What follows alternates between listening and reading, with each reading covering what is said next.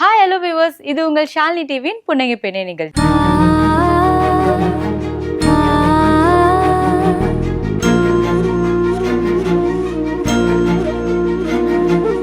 நம்ம புன்னகை பெண்ணே நிகழ்ச்சியில் தினதோறும் பார்த்தீங்கன்னா புது புது விஷயங்கள் நம்ம பார்த்துட்டு வரோம். அந்த வகையில் இன்னைக்கு நம்ம பார்க்க போகிற முதல் செக்மெண்ட் ஜோதிடம்.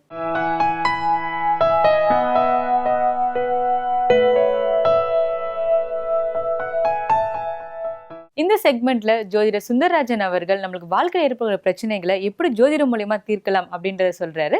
வாங்க கேட்கலாம். புன்னகை பெண்ணே நிகழ்ச்சியின் மூலமாக மீண்டும் ஒரு முறை உங்களை சந்திப்பதில் மகிழ்ச்சி. வணக்கம். இந்த வாரம் கனவுகளை பற்றி, கனவு சாஸ்திரம்னு ஒன்று இருக்குது, அதை பற்றி தெரிஞ்சுக்க போகிறோம். கனவுகள் மொத்தம் 4 வகை உண்டு.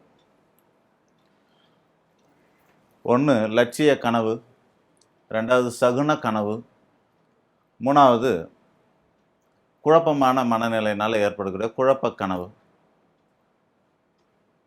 இந்த கனவுகளை பற்றி உங்களுக்கு நம்ம விளக்கமாக ஒன்றுன்னா சொல்ல போகிறோம். ஒரு 4வது அமானுஷ்ய கனவுன்னு சொல்லுவோம். இப்போ முதல்ல நம்ம சொல்கிறது அப்துல் கலாம் சொன்ன லட்சிய கனவு. கனவுனா சதாகாலம் நம்ம எதை பற்றி நினைத்து கொண்டே இருக்கிறோமோ அது நமக்கு உறக்கத்திலும் வரலும், பகல்லையும் நடக்கிற மாதிரி ஒரு ஃபீல் இருக்கும் இல்லையா, அதுதான் கனவு. எதை நம்ம நினைக்கிறோமோ, திரும்ப திரும்ப திரும்ப நினைக்கிறோமோ அது கனவாக வரணும். அது வாழ்க்கையில் வெற்றி அடைவதற்காக நம்மளுடைய லட்சியங்களை திரும்ப திரும்ப நினைக்கணும்னு சொல்கிறதுக்காக சொன்னது அப்துல் கலாம் போன்ற பெரியவர்கள் சொன்னது அந்த கனவுகள். அது லட்சிய கனவுன்னு பேர். எதை நினைக்கிறோமோ அது வரும். நம்ம நாளைக்கு ஒரு வெற்றியாளனா ஒரு நிறைய காரில் நம்ம பந்தவாக இறங்குற மாதிரி ஒரு சீன் நம்ம கனவில் வருது அப்படின்னாக்கா அந்த லட்சியத்தை நம்ம அடைய போகிறோம்னு அர்த்தம். அதெல்லாம் குழப்பம் கிடையாது. அதில் ஒரு தடைகளும் வர்றதுக்கு வாய்ப்பு இல்லை. என்றைக்காவது ஒரு நாள் நம்ம அடைவோம்னு அர்த்தம். அது பேர் லட்சிய கனவு. அதுக்காக ஒரே சிந்தனை திரும்ப திரும்ப திரும்ப நம்ம ஊக்கப்படுத்தி கொண்டே இருந்தோம்னா, மனசில் நினச்சிக்கிட்டே இருக்கும்போது வருகின்ற கனவுகள் லட்சிய கனவுன்னு அர்த்தம். அடுத்து 2வது அமானுஷ்ய கனவுன்னு சொல்லுவாங்க. அது இங்கிலீஷில் ESPலாம் சொல்லுவோம். அமானுஷ்ய கனவுனா என்னென்னா, நினைக்கிறது நடைமுறைக்கு வர்றது. இது சின்ன அளவில் எல்லாருக்குமே நடக்கும்.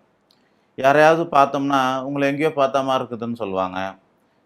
இந்த சீன் இப்படியே ஏற்கனவே நடக்கிற மாதிரி வந்த மாதிரியே நமக்கு ஃபீல் இருக்கும். இந்த மாதிரி சம்பவம் ஏற்கனவே நடந்த மாதிரி இருக்கும். அடுத்தது ஒருத்தர் வரப்போகிறாரு, ஒருத்தர் பார்க்க போகிறோம், இந்த நிகழ்ச்சி நடக்க போகிறது, அப்படிலாம் நமக்கு அந்த ஒரு நொடி முன்னாடி நமக்கு தெரிய வரும். அது பேர் ESP கனவுன்னு சொல்லுவோம். இது சின்ன அளவில் எல்லாருக்குமே தெரியும். பெரிய அளவில் வர்றது அமானுஷ்ய கனவாக இருக்குது. பெரிய அளவில்னா நாளைக்கு நடக்க போகிறது முன்னாடியே தெரியறத அமானுஷ்ய கனவுன்னு சொல்லுவாங்க. இது சின்ன. ஏன் அந்த கனவு வருது அப்படின்னாக்கா, லைஃபே ப்ரீ பிளான்டு ப்ரோக்ராம் சிஸ்டம் தான். கடவுளால் ஏற்கனவே நிர்ணயிக்கப்பட்ட ஒன்று தான் திரும்ப திரும்ப நடக்குது. இதை பற்றி நம்ம தமிழில் படம் கூட வந்திருக்கு. 24 மணி நேரமும் ஏன்னா ஒரு படம் ஒன்று இருக்கும். அதில் அது மாதிரி கனவில் நடக்கிற கொலைகள் பின்னாடி நடக்க போகிறதுன்னு தடுக்கிறதுக்கு முயற்சி பண்ணுவாங்க ஹீரோயினும்லாம். ஆனால் அது நடந்தேறிடும். அதுதான் அறிவியல் பூர்வமாக சொல்ல போனாக்கா, அது பின்னாடி வரப்போகிறது முன்கூட்டியே தெரிகிற ஒரு ஒரு ESP பவர்னு சொல்லக்கூடியது. அது அமானுஷ்ய கனவு. சின்ன அளவில் எல்லாருக்குமே நடக்கும். 2 கனவாச்சா. 3வதாக ஒரு கனவு இருக்குனாக்கா, அது குழப்பமான மனநிலையினால் வரக்கூடிய கனவுகள். குழப்ப மனநிலை அப்படின்னா என்ன? இப்போ ஒரு ஜோசியரை பார்க்குறீங்க, பின்னாடியே ஒரு போலீஸ்காரரை பார்க்குறீங்க, ஒரு வக்கீலை பார்க்குறீங்க அப்படின்னாக்கா, நீங்கள் ஒரு முறை கனவில் உங்களுக்கு நானே போலீஸ் மாதிரி ட்ரெஸ் போட்டுட்டு வர்றது, ஒரு வக்கீல் மாதிரி ட்ரெஸ் போட்டு வர்றதெல்லாம் உங்களுக்கு கனவில் வந்ததுன்னா, இது உங்கள் மனதின் குழப்பத்தின் அடிப்படையில் ஏற்படுகின்ற கனவு. ஏன்னா இது நடக்கிறதுக்கு வாய்ப்பே இல்லை. நான் ஒரு காவல்துறையிலோ இல்லை இந்த வயசுக்கு மேலே ஒரு வக்கீலாவெல்லாம் ஆகிறதுக்கெல்லாம் வாய்ப்பு இல்லைன்னும்போது இது நடக்காது. 2 பேர் 3 பேர் 2-3 கதாபாத்திரங்கள்லாம் ஒன்றா கலந்து கொண்டு சேர்க்கறது பேர் அது குழப்பமான மனநிலையில் நடக்கக்கூடிய ஒரு கனவுகள். இது நல்லாவே புரிஞ்சுக்கலாம். இதெல்லாம் நடக்காது. அதனால் இது நம்ம மனநிலை குழப்பமாக இருக்குதுங்கிறத அடையாளமாகும். 4வது தான் கனவு சாஸ்திரம். அது சகுன சாஸ்திரத்தில் அது ஒரு பகுதி. பாம்பு கனவில் வந்தால் அதுக்கு ஒன்று, பல்லி கனவில் வந்தால் அதுக்கு ஒன்று, சில இறப்புகள் கனவில் வந்தால் அதுக்கு ஒரு பலன் அப்படின்னு கனவு சாஸ்திரம் இருக்குது. ஆனால் எதுவுமே முழுமையாக கனவு சாஸ்திரத்தை இந்த சகுன சாஸ்திரத்தில் எழுதப்படவில்லை. காரணம் என்னென்னா, இன்றைக்கி கம்ப்யூட்டர்லாம் வந்திருக்கு, கேமராலாம் இருக்குது. இதெல்லாம் கனவு சாஸ்திரத்தில் எழுதியிருப்பாங்களான்னா அந்த காலத்தில் இது 2ம் கிடையாது. சாஸ்திரம் எழுதின காலத்தில் இதெல்லாம் கனவு சாஸ்திரத்தில் எழுதப்படுறதில்லை.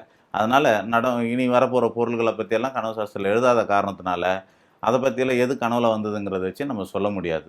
சுப சம்பவங்கள், அசுப சம்பவங்கள் இதெல்லாம் பொறுத்து கனவு சாஸ்திரங்கள் இருக்கும். பஞ்சாங்கங்களில் இல்லை கனவு சாஸ்திர புத்தகங்களில் ஒரு குறிப்பிட்ட அளவுக்கு தான் போட்டிருப்பாங்க, முழுமையாக இருக்காது. இந்த கனவுகளும் எப்போ நடக்குங்கிறது அதுவும் ஒரு கணக்கு இருக்குது. எவ்வளோ எவ்வளோ இரவில் வந்து 6 மணிக்குள்ளே வரைக்கும் நடக்கிறது மட்டும்தான், அதாவது சூரியன் உதயம் ஆகிறதுக்கு முன்னாடி வரைக்கும் நடக்கிறது மட்டும்தான் நடைமுறைக்கு வரும். சூரிய உதயத்திற்கு அப்பால் நடக்கிற நம்ம தூங்கிட்டு இருந்தோம்னா 10 மணி வரைக்கும் 8 மணி வரைக்கும் தூங்கிட்டு இருக்கிறோம்னாக்கா அப்போ வர கனவுகள்லாம் நடைமுறைக்கு வராது. அது பகல் கனவு பலிக்காதுன்னு நம்ம பெரியவங்க சொல்லியிருக்கிறாங்க. 6 மணிக்கு முன்னாடி வர்றதையும் வந்து ஜாம கணக்காக சொல்லுவாங்க. இத்தனை ஜாமத்தில் கனவு கண்டா அப்படின்னு சொல்லிட்டு ஒன்று ஒன்றா கணக்கு இருக்குது. அதுக்கேற்ற மாதிரி 4:30 to 6:30 4:30 to 6 நடக்கிறது வந்து அதிகாலை கனவு, பிரம்ம முகூர்த்த கனவு, அது உடனே நடக்கிறதுக்கும். அப்புறம் 3 to 4:30 அப்படிங்கிறது வந்து ஒரு சில வாரங்களில் நடக்கிறதுக்கும். அப்புறம் 1:30 to 3 அப்படிங்கிறது ஒரு சில மாதங்களில் நடக்கிறதுக்கும். 12 to 1:30 மிட் நைட்டு 12 to 1:30 ஒரு கனவு வந்ததுன்னா அது வந்து சில வருடங்கள்லேயே ஒரு வருடத்துக்குள்ளேயே நடக்கிறதுக்கும். இந்த மாதிரி கனவுகள் இருக்குது. 10:30 to 12 நைட்டு 10:30 மணிலேருந்து 12 மணிக்குள்ளே நடக்கிறதுனாக்கா பல வருடங்கள் ஆகும். 10 மணிக்கு முன்னாடியே கனவு வந்துடுது, தூங்கினோடனே கனவு வந்துடுது. இதெல்லாம் வந்து நான் ரொம்ப காலம் ஆகும், எல்லாம் நடக்கிறதுக்கு வாய்ப்பு கூட இல்லை. இதுதான் கனவு சாஸ்திரத்துடைய பலன். அதனால் கனவுகள் யாருக்காவது வந்ததுன்னா அதுக்கு அவ்வளோ முக்கியத்துவம் கொடுக்க வேண்டிய அவசியம் இல்லை. எல்லா கனவுகளுக்கும் பயந்து பயந்து நம்ம வருத்தப்பட வேண்டியதில்லை. எவ்வளோ சோகமாக வந்தாலும் சரி பயப்பட வேண்டியதில்லை, எவ்வளோ நல்லதாக வந்தாலும் அதுக்காகவும் நீங்கள் வந்து பெருசாக சந்தோஷப்பட்டுக்க முடியாது. ஏன்னா அதெல்லாம் நடைமுறைக்கு வரும்ன்றது அவசியம் இல்லை. நம்மளுடைய கனவு லட்சிய கனவாக இருந்ததுன்னா ரொம்ப நல்லது. அமானுஷ்ய கனவு சில பேர் அந்த கனவில் வந்து இந்த ஆன்மீக கிறுக்கர்கள் நிறைய பேரும் இருக்கிறாங்க. ஆன்மீகத்தில் இருக்கிறவங்க எனக்கு நேற்று கனவில் சாமி வந்தது, அது வந்து இது வந்துன்னு சொல்லுவாங்க. அது வந்து உண்மையாக அது அமானுஷ்ய கனவா அல்லது குழப்ப கனவான்னு அவங்கள்ட்ட பேசி பார்த்தா தான் தெரியும். பெரும்பாலும் நாங்கள் ஆராய்ச்சி பண்ணது வரைக்கும் அந்த மாதிரியான கனவுகள் அத்தனையுமே வந்து குழப்பத்தின் அடிப்படையில் வரக்கூடிய கனவுகள் தான். எதை பற்றி திரும்ப திரும்ப நினைக்கிறாங்களோ அதை தரக்கூடிய கனவான அந்த லட்சிய கனவில் ஒன்று, குழப்பத்தின் கனவில் ஒன்று, அதுதான் வருத ஒழிய அமானுஷ்ய கனவே இல்லை. அமானுஷ்ய கனவாக அவங்க நினச்சிக்கிட்டு பல பேர் நம்பிக்கிட்டு ஏமாந்துட்டுருக்குறாங்க. அதனால் கனவுகளுக்கு முக்கியத்துவம் கொடுக்காதீங்க. நம்ம வாழ்க்கை வந்து இயல்பாக இருக்கட்டும், யதார்த்தமாக இருக்கட்டும், கனவு வாழ்க்கையாக இருக்க வேண்டிய அவசியம் கிடையாது. அப்படியே ஒரு கனவு கண்டணும் அப்படின்னாக்கா நம்ம வந்து நல்லதை திரும்ப திரும்ப நினைப்போம். அதனால் கனவு வந்தாலும் சரி வரலனாலும் சரி, ஆனால் அந்த சம்பவங்கள்லாம் ஒரு நாளைக்கு நல்லதெல்லாம் பாசிட்டிவாக ஆக்கப்பூர்வமாக நம்ம நினைக்கக்கூடிய ஒவ்வொரு விஷயங்களும் அறிவுக்கு எல்லையே போடக்கூடாது. கனவுக்கும் எல்லை கிடையாது. எவனோ நினைக்கிறோமோ பெருசு பெருசாக கனவு காணலாம், தப்பே கிடையாது. நான் சொல்லலை, திருவள்ளுவரை சொல்கிறார், உள்ளுவதெல்லாம் உயர் உள்ளல். நினைக்கும் போதே பெருசாக நினைக்க சொல்கிறாரு. திங்க் பிக்குன்றாங்க, பெருசாக நினைக்க சொல்கிறாங்க. அப்போ பெருசாக நினைக்கிறது ஒரு பாவமும் இல்லை, ஒரு தப்பும் கிடையாது. அது வந்து சன்னியாசிங்களுக்கு கூட சொல்கிறாங்க, அத்தனைக்கும் ஆசைப்படுன்னு சில சன்னியாசிங்களும் சொல்கிறாங்க. ஆனால் ஆசைப்படுறதோ இந்த மாதிரி பெருசாக நினைக்கிறதோ பாவமோ அபசமோ அதெல்லாம் ஒன்றும் கிடையாது. நம்ம நினைக்கலாம், நேர்மையாக எது வேணாலும் நடக்கட்டும். பெருசாக நினைக்கிறது நினைக்க ஒரு நாளைக்கு அதெல்லாம் நடைமுறைக்கு வர்றதுக்கு வாய்ப்பு இருக்குது. மற்றபடி வர குழப்ப கனவுகளெல்லாம் போட்டு குழம்பிக்காதீங்க.